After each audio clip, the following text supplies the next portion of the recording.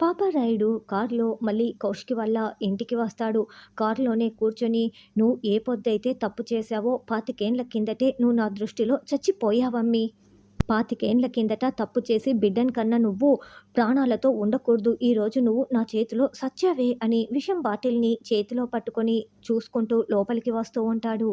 అందుకే వైజయంతి అమ్మి నిన్ను సంపేదానికి వచ్చిండా అని పాపారాయుడు అనుకుంటూ వస్తూ ఉంటే అప్పుడే కేదార్ చూసుకోకుండా పాపారాయుడికి డాష్ ఇచ్చేస్తాడు.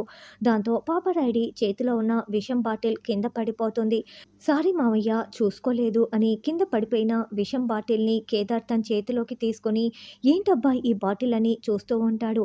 ధాత్రి కూడా షాకింగ్గా చూస్తూ ఉంటుంది. అప్పుడే పాపారాయుడు కేదార్ చేతిలో ఉన్న విషం బాటిల్ని లాక్కునేస్తాడు. ఆ బాటిల్ ఇలా ఇవ్వరా అంటూ పాపారాయుడు లాక్కునేయటంతో చేతిలో ఆ బాటిల్ ఏంటి బాబాయ్ గారు అని ధాత్రి నిలదీస్తూ ఉంటుంది. దగ్గుమందమ్మి కొత్త చోటు కదా ఈ నీళ్లు పడలా అందుకే దగ్గుమందు తెచ్చుకున్నానులే అని ఆ బాటిల్ని తీసుకొని పాపారాయుడు లోపలికి వెళ్తాడు.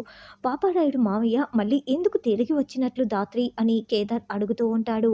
ఎందుకు వచ్చాడో తెలీదు కానీ ఖచ్చితంగా ఏదో చేయటానికైతే వచ్చాడనిపిస్తోంది కేదార్. అది ఏంటన్నది మనం కనిపెట్టి జాగ్రత్తగా ఉండాలి అని ధాత్రి అంటోంది. పాపారాయుడు లోపలికి రాగానే మాపు బకెట్ పట్టుకొని శ్రీవల్లి ఎదురు వస్తుంది. శ్రీవల్లి మీ చెల్లెలి కూతురు అని సుధాకర్ చెప్పిన మాటల్ని పాపారాయుడు గుర్తుకు చేసుకుంటూ, ఈరోజు ఈ తల్లి కూతుర్లు ఇద్దరూ కూడా నా చేతిలో అయిపోయారు. మిమ్మల్ని చంపటానికే వచ్చాను అని పాపారాయుడు ఉరిమి చూస్తూ ఉంటాడు. శ్రీవల్లిని అలా పాపారాయుడు కోపంతో చూస్తూ ఉండటంతో శ్రీవల్లి చాలా కంగారు పడుతూ వణికిపోతూ ఉంటుంది. పాపారాయుడిని చూసిన వైజయంతి కూడా వణికిపోతూ ఉంటే, ఏంటత్తయ్య అంతలా భయపడిపోతున్నారు అని నిషి యువరాజ్ కూడా టెన్షన్ పడుతూ ఉంటారు.